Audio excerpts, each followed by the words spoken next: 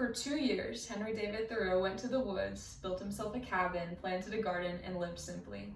Of his experience, he said, "I went to the woods because I wished to live deliberately, to front only the essential facts of life and see if I could not learn what I had to teach, and not, when I came to die, discover that I had not lived."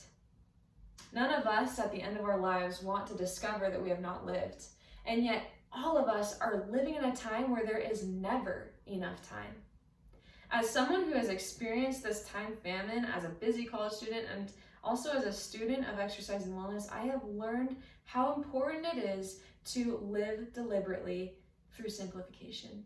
Today I'll be talking about what it means to simplify, what has happened because we have not simplified in the past, and what can happen if we do, and how to do it.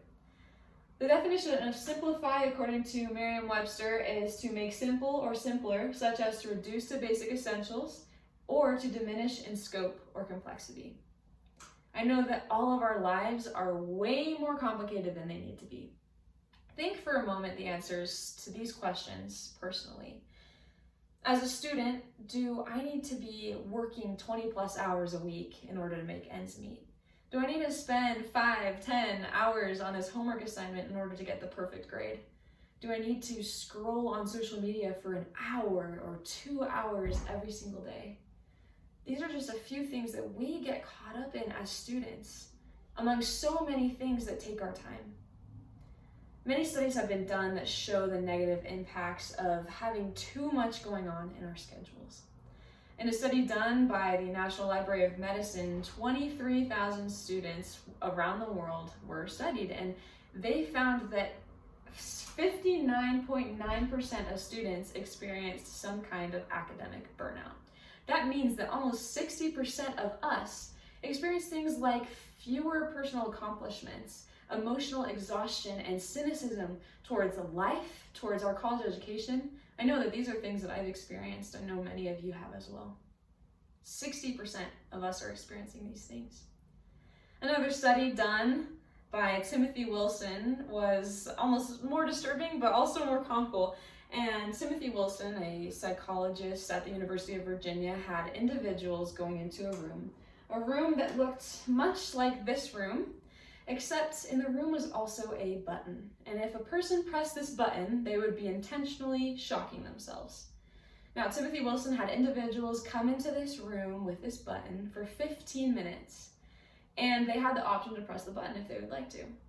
After the study was done, they found that 67% of men and 25% of women pressed the button. That means that all of these people would rather shock themselves than sit in a room with their thoughts and think for 15 minutes. Now, it's kind of comical, but are we so far removed from just being that we can't even sit still for 15 minutes in a room?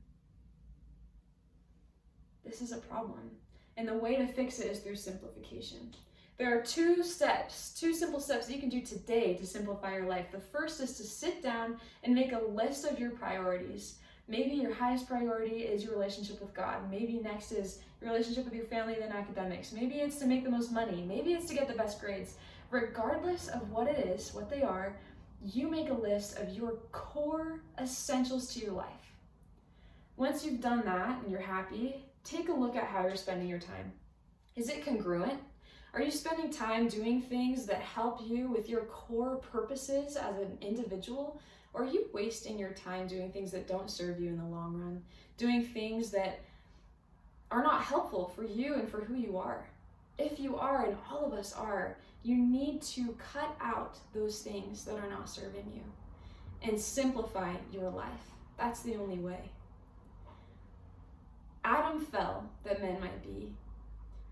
But if you take a look at how men are today, this is not what God intended. Adam fell that men might be, but he did not fall that men might be exhausted all the time. He did not fall that men might be stressed out or overworked. No, Adam fell that men might be, and men are that they might have joy. It is time to take back our joy, to create our very own Walden pond for our lives, and to live our lives the way that will speak to the very core basic essentials of who we are. If we do, our lives will never be the same and society will never be the same. Thank you.